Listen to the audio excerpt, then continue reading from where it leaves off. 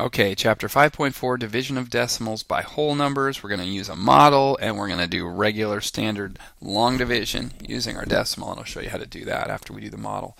All right, so what's happening on chapter 5.4, they set it up on page 213 with this idea that four people are swimmers, and they're swimming a relay, and they're four of them came in with a time of 5 minutes, 5.68 minutes. So they swam their laps in 5.68 minutes. But there were four of them that did it. And if you wanted to divide and say what the average time of each swimmer was, it might be that some of them swam a little faster and some swam a little slower. But if you wanted to find the average time, then you'd do a division problem. So you'd divide by 4. There's 4 swimmers, and they swam in 5.68 minutes.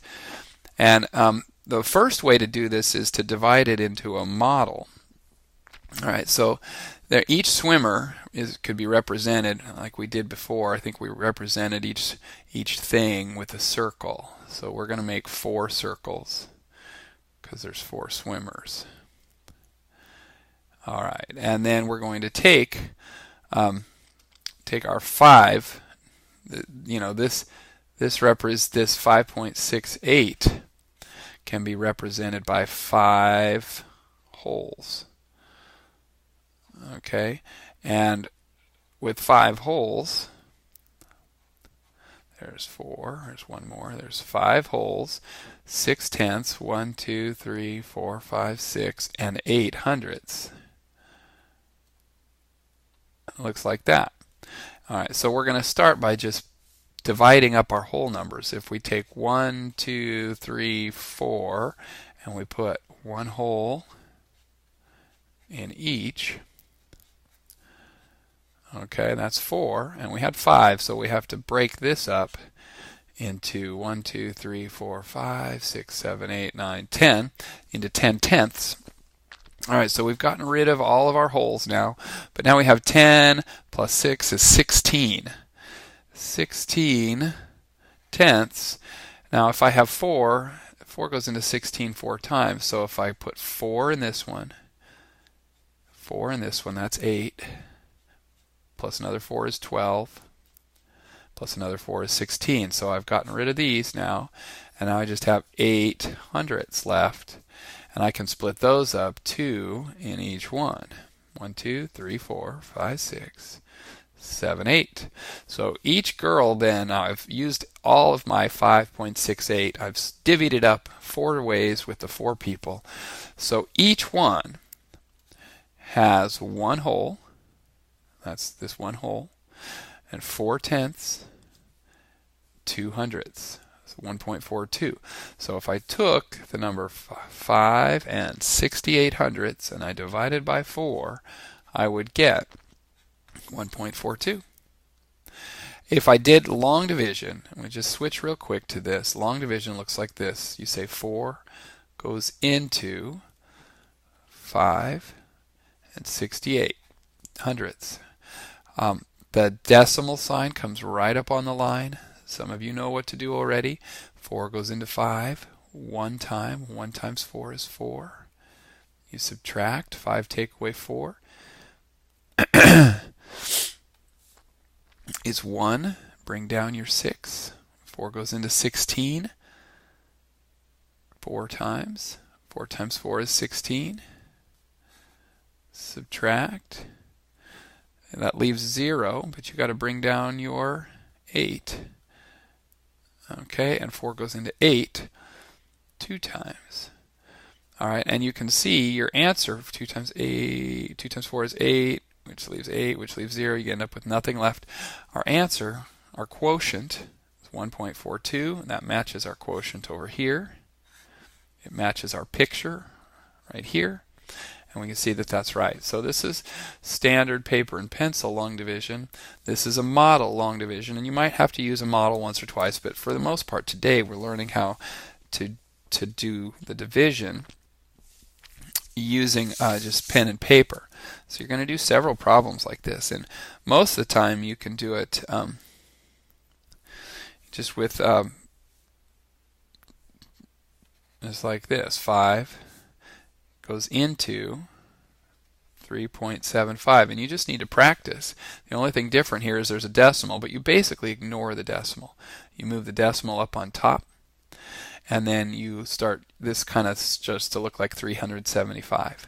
And you sort of ignore the little decimal here. You just pretend it's not there, other than the fact that you have to keep your places lined up. So when you say to yourself, does 5 go into 3? It goes in 0 times. So 5 doesn't go into 3, but it goes into 37.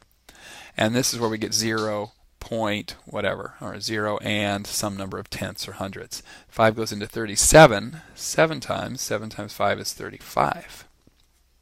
So you multiply, and then you subtract 37 minus 35. It leaves 2. You bring down this 5, and then you have 25. And this is nice because it works evenly. We're not going to have any remainders. 5 goes into 25 5 times. 5 times 5 is 25. 0. So we're done. So the answer to this, the quotient, is 75 hundredths.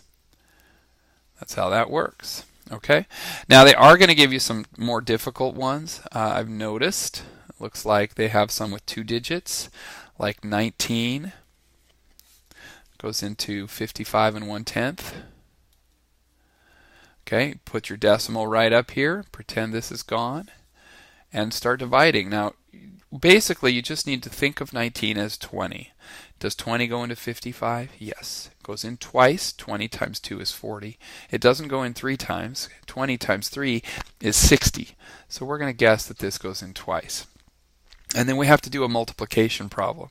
Now, if we did 19 times 2, we go 2 times 9 is 18. Carry that 1. 2 times 1 is 2, plus 1 is 3, and it'd be 38. What we're going to do is the same thing, but we're going to do it kind of sideways. 2 times 9 is 18. We put our 8 here and carry the 1 over here. This is our 18. 2 times 9 is 18. And then 2 times 1 is 2, plus 1 is 3. And we still get the same number up here, but it just kind of sideways, diagonal, and we just kind of work around. And then we subtract.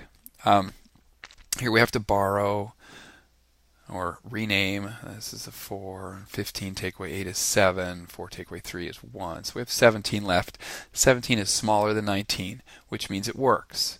If it wasn't smaller, it wouldn't work very well. Okay, now we're moving into the tenths. Well, this is 17, and we bring down this 1. This is really 17 and 1/10, but we're just going to imagine it's 171. But it's 171 tenths, which is true. 19 goes into 171, I'm not sure, but if it were 20, 20 does go into 160, right? And 2 goes into 16 8 times. So 20 would go into 168 times. So we're going to just put an 8 here and see how it works. It's possible that it's a 9. I think it's going to be an 8, and we'll try it out here. 8 times 9 is 72. 8 times 1 is 8, plus 7 is 15. And then we subtract. We're going to have to borrow again. This is a 9. 6 take away. We got exactly 19 left over. And that's the same size as our divisor, which means we should have written a 9 right here. 9 times this. Let's do a quick erase. Let's erase that.